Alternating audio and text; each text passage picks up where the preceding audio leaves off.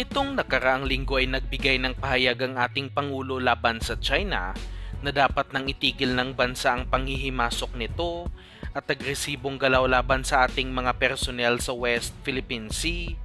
at handa umano ang Pangulo na ibalik ang Typhoon missile system ng Amerika.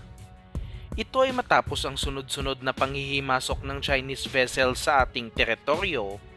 na kung saan umabot na ang mga ito sa 54 nautical miles mula sa dalampasigan ng Zambales, ngunit matagumpay naman silang naitaboy ng ating Coast Guard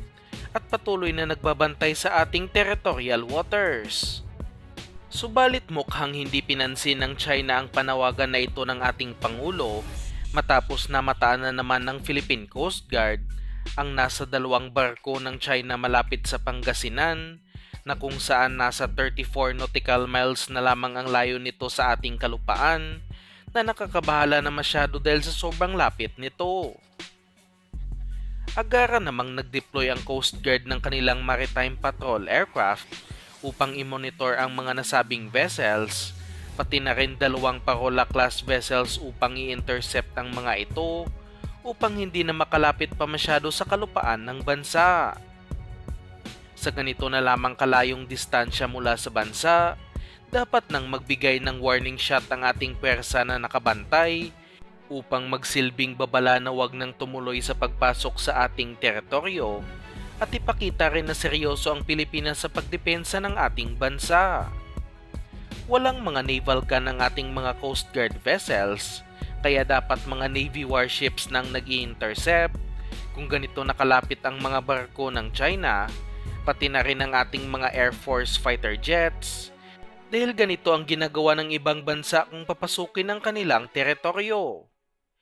Mabuti na lang ay mga Coast Guard vessels pa lamang ito ng China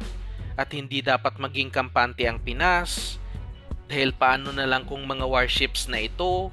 na umaatake kung sakaling magkaroon ng totoong gyera at walang magagawa ang bansa kundi manood na lang dahil sa kawalan ng mga defense equipment. Hindi kaya ng ating kasalukuyang mga fighter jets, katulad na lang ng FA-50 na magdala ng anti-ship missiles, kaya hindi ito pwedeng pangdepensa laban sa mga warships. Ngunit ang bibilhing bagong FA-50 Block 20 ng Air Force ay kayang magdala ng Joint Strike Anti-Ship Missile na may range na aabot sa 275 kilometers. At sa bagong balita na ating nakalap, mukhang hindi lang FA-50 Block 20 ang bibilhin ng Pinas matapos inihayag ng isang defense analyst na malapit na rin umanong mag-order ang ating bansa ng mga bagong Kai KF-21 fighter jets mula sa South Korea na kung saan nagumpisa ng pagmanufacture nito ngayong taon lamang. Ito na marahil ang rason kung bakit pinapatagal ng Philippine Air Force ang kanilang fighter jet project at wala silang pinili sa pagitan ng F-16 Vipers at JAS 39 Gripen dahil ang KF-21 talaga ang kanilang hinihintay na bilhin at alam naman nating nahumaling na sa South Korean made weapons ang Pilipinas. Sinasabing nasa $72 million ang presyo ng bawat isang KF-21 o katumbas ng nasa 4.1 billion pesos bawat isa, kaya kayang-kaya ito bilhin ng Pilipinas kahit medyo gipit sa pondo ang AFP Modernization Program.